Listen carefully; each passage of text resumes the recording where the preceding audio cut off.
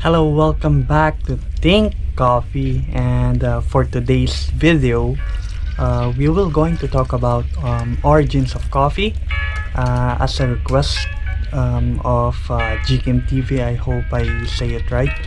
And not only about the coffee origins, I'm going to share to you also what is the coffee belt or bean belt that mostly of the barista, roaster, and more on coffee industry talk about. And of course, shout out to thank you to all of you guys who always support my video, watch my videos, and I hope I'm helping you guys to learn more about coffee. And of course, don't forget to like, share, and subscribe, and always click the notification bell so that you're always updated on my videos. So without further ado, let's begin. So what is coffee origin? Obviously it is the farmland region, or basically it's the country where the coffee beans came from. If you ask typical customers or other people what is the coffee origin, they will going to say the same. It's the country where the coffee came from. Or even you search it on Google, that's the same thing that you can see, or the information that you're going to get. But what I'm going to tell you now is you cannot find in any like Google or any website. What I'm going to tell now is based on how barista understand it, and how what is it's more on experience, how I understand it, because for others, yes, it's the country, it's obviously where it's actually where it came from, but it's, for what I understand, it's much more deeper than that one. Because coffee origin for us baristas, roaster, or any people that working in coffee industry, origin, it's the way how we will going to know the taste notes, cup profile itself more easily. For example, if you say Brazil, if you ask some other not barista or roaster or any people that working in coffee industry, if you ask them why they want Brazil, if they don't know a lot of things about coffee, they'll just going to say, because I want the beans from this country. But if you ask us, it means you want a more heavier and more chocolatey or nutty flavors of coffee. If you ask for Ethiopia, it means you want a more fruity, more acidic, and more sweeter cup of coffee. I have in here Ethiopia, for example. But before I show it to you guys, why we determine that cup profile or flavor or taste notes of coffee by its origin. Because on these places they have altitude level. I'm not saying that all of the beans that coming from there it has the same taste, because for example in Brazil it has different altitude levels. So if you grow a Arabica beans on certain altitude level and the other one it's more higher, it means the one with more higher altitude level will be a maybe more sweeter or much more acidic. The one lower altitude level, it's much more heavy and has a much more profound chocolatey taste, something like that. It's not the same, or even in one single farm there will be still a difference if you have a microlot. Microlot is a place on the farm that designated only on that area that has much more richer nutrients on the soil. That's why it can produce a different taste of coffee. For example, I have in here it's Ethiopian Limo and Ethiopian Yigar Chef. You can notice that it came from only one country, or let's say it has the same origin. For this Ethiopia Yigar Chef, by the way, shout out to Randy, the one who roasts this.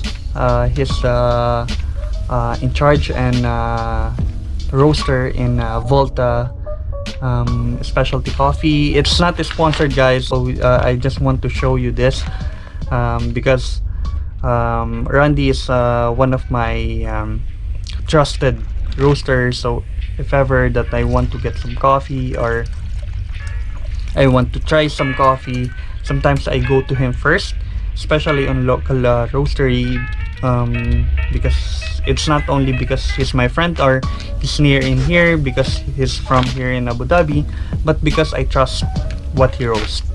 So try to visit them in Khalidia if you're from here in Abu Dhabi. So let's continue.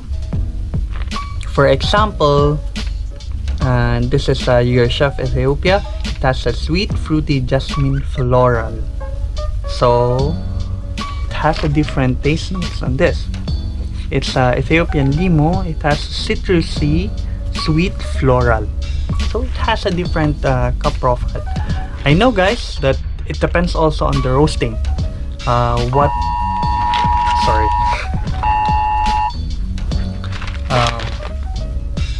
It's not only because it has a different farm or different region, but because the way they roast it. On the roasting itself, sometimes you can make at least a lot of profile on single beans itself. So that's already a different topic. So I just want to show you guys that it will not be the same everywhere. So but it is a much more common thing that we determine what is the taste of coffee. Like what I've told you, if it's Ethiopia, usually it has a more fruity taste or more strong aroma of floral. On the Brazil, it has a more nutty aroma, it has more chocolatey taste, and it has much more heavier body. And humidity also, it has a different impact on coffee plant itself. Because of the humidity, it affects the coffee. Also the amount of rain, that's the reason why we will going to talk about coffee belt. So for you, for the barista or people that don't know yet about the bean belt or coffee belt, it's basically if you're going to look at the world map, you can see the middle, the equator. On that equator, starting from equator from north, 5,000 kilometers north, and 5,000 kilometers south, it is the coffee belt itself. I'm going to show you some pictures like this. Why coffee grows on this area much more better than anywhere else in the world? There's a lot of reasons actually, but we're going to focus on at least 3. First, it's the altitude. Second, it's the humidity. It's actually 4. Humidity, the soil, because the soil, it's the soil on equator, on the bean belt itself, is much more richer than anywhere else in the world. It's more mild temperature.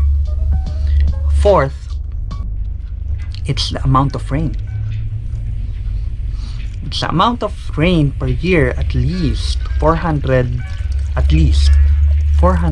millimeters rainwater per year, because coffee needs more like water. That's the reason why a lot of countries on this bean belt produce more coffee than anywhere else. For example, on the Africa, South America, Asia, mostly of the beans in there, they can produce a lot more coffee than others, and they can produce a much more better coffee than others. And on these places, at least it grow. For example, on Ethiopia, most of the coffee beans that grows in there is more Arabica. They have Robusta, but they produce more Arabica than anywhere else, I think. That's why they're one of the most popular Arabica beans producer in the world. And for example, Indonesia, they produce much more Robusta than anywhere else in the world. Or example, in Philippines. In Philippines, at least, we produce a lot of different species of coffee. Like we have Arabica, we have Robusta, we have Liberica and Excelsa. But because starting from, I'm not sure, maybe 2006, they start to determine Liberica and Excelsa as a Robusta. It's a specific species. Mainly, it's Robusta itself, but only a different type of Robusta. Yeah, in Philippines, we produce more Liberica than anything else. Liberica and Arabica, it grows only on specific area, mostly in Benguet or Carac region. Yeah, mostly. So I will not going to make this video super long. At least I just more important points of what is origin and what is the coffee belt or bean belt. So that's it. Again, thank you very much to people, the subscribers that who always watch my vlogs. And don't forget, for the others, don't forget to like, share, and subscribe, and always click the notification bell so that you're always updated on my videos. And that's it, guys. Thank you so much. I hope you learned something for today, and see you again. Keep safe, keep caffeinated, and God bless. Bye bye.